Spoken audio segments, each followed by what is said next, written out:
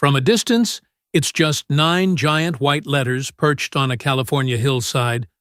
But up close, it's the stage for a century of ambition, scandal, reinvention, and heartbreak. The Hollywood sign isn't just an icon, it's a living diary of the world's biggest dream factory. But what if I told you this legendary symbol was never meant to last? That it began not as a tribute to cinema, but as an oversized sales pitch, and that in its shadow, fortunes were made and lives were lost. Today, we're pulling back the curtain on the untold story of the Hollywood sign. And by the end, you'll never see those letters the same way again. Welcome to TripSense Studio, where we travel through time to uncover the truth behind the most iconic places and moments in history. If you love stories like this, hit subscribe, tap the bell icon, and stick around. Because this one's got everything: ambition, tragedy, and a little bit of Hollywood magic. Before the sign, before the studios, Los Angeles was just beginning its transformation from dusty frontier town to booming metropolis. Oil fields pumped wealth into the city. The movie industry, still in its infancy, was luring talent from New York, Chicago, and beyond. Sunshine, land, and opportunity. That was the pitch. If you were alive in 1920, would you have packed your bags for California? Tell me in the comments. In 1923, 2 real estate developers, Harry Chandler and his partners, launched a new housing development in the Hollywood Hills. Their plan? Market luxury lots to wealthy buyers. Their problem? How to get attention in a city exploding with competition. Their solution was bold: build the biggest billboard the world had ever seen. It wasn't Hollywood back then, it was Hollywoodland. 13 extra feet per letter, just to sell houses. Each letter stood 50 feet tall, 30 feet wide, anchored into the hillside with telephone poles and sheet metal. At night, 4,000 light bulbs lit up the hills in sequence. Holly, wood, land. And then all at once. In an era before TV, this was marketing genius. You might not think of a hillside sign as controversial, but over the years, the Hollywood sign has found itself at the center of debates about censorship and image control. In the 1980s and 90s, community groups argued that altering the sign, even temporarily, for movies or ads, cheapened its cultural value. Film studios sometimes offered huge sums to feature the sign in promotional stunts, but the city rejected most of them, fearing the landmark would turn into just another billboard. The irony? That's exactly how it started. Do you think they should allow the Hollywood sign to be used in ads again? Let's see where the comments land on this one. The sign was never meant to be permanent.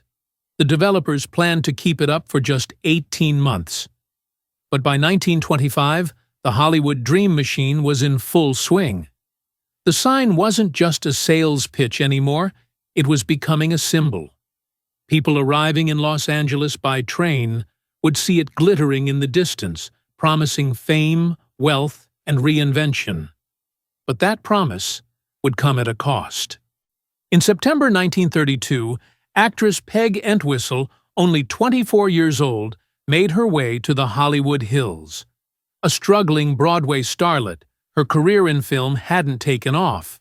That night, she climbed a maintenance ladder to the top of the letter H and jumped.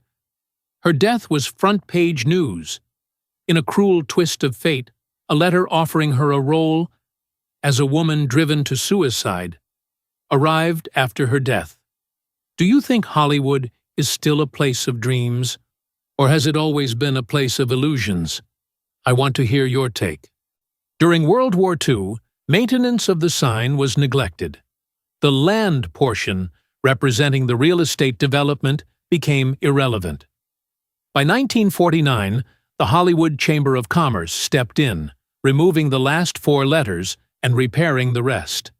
From then on, the sign simply read Hollywood, now fully tied to the film industry's image. Despite its fame, the sign suffered. The wood rotted, the paint peeled, storms battered the structure. One O toppled completely, turning into a sad lowercase U. In the 1970s, the sign became a symbol not of glamour, but of Hollywood's decline. Locals joked it looked like an epitaph for a dying industry. By 1978, the sign's future was in jeopardy. The city couldn't afford repairs, and demolition was on the table. That's when Playboy founder Hugh Hefner hosted a fundraising gala. Celebrities each adopted a letter. Alice Cooper paid for an O in honor of horror legend Groucho Marx. Gene Autry, Warner Brothers, and others followed suit. The old wood and sheet metal were replaced with steel, and the Hollywood sign was reborn, this time built to last. If you could buy one letter of the Hollywood sign, which would it be? And what would you do with it? Over the decades, the sign has been altered for everything from political protests to art pranks. In 1976, after California relaxed marijuana laws, pranksters changed it to Hollyweed. In 1987, it read Holywood for Pope John Paul II's visit. Security is tighter now. Motion sensors, cameras, and patrols protect it from unauthorized climbers.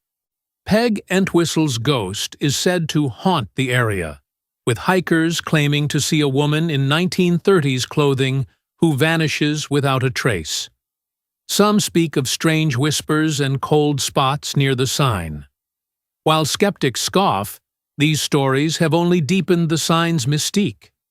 The sign appears in countless films, TV shows, music videos, and advertisements, often as shorthand for ambition and the American dream. From disaster movies showing it destroyed to romantic comedies featuring it in the backdrop, it's a cultural chameleon. Preservationists insist the sign should remain inaccessible to protect it from vandalism. Some dream of building a visitor's center or viewing platform. But, for now, the closest you can get legally is through specific hiking trails. And even then, you can't touch the letters. Few know this, but the sign's placement was intentional. From certain points in Beechwood Canyon, the letters align perfectly with the city's horizon, creating a postcard-like view. It wasn't just random. It was designed to seduce potential land buyers in the 1920s. Beyond America, the sign has inspired imitations worldwide. From Bollywood-style lettering in India to parody versions in cities like Toronto and Brisbane. It's more than a landmark. It's a template for branding an entire place. And here's the final twist. Buried deep in city archives is the original maintenance contract for the sign, stating it must be removed after 18 months. That was a century ago. The fact that it's still standing is a testament not just to Hollywood's influence, but to our collective willingness to rewrite history when it suits the dream. It began as a sales stunt. It became a beacon for dreamers. And now, it stands as one of the most recognized symbols on Earth. The Hollywood sign is more than steel and paint. It's the story of ambition, reinvention, and the fine line between dream and delusion. And remember, history is everywhere, if you know where to look. If you're enjoying this, like the video, it really helps us reach more history fans. Comment below. Should the Hollywood sign be open to the public, or should it stay protected? Subscribe to TripSense Studio for more deep dives into iconic landmarks.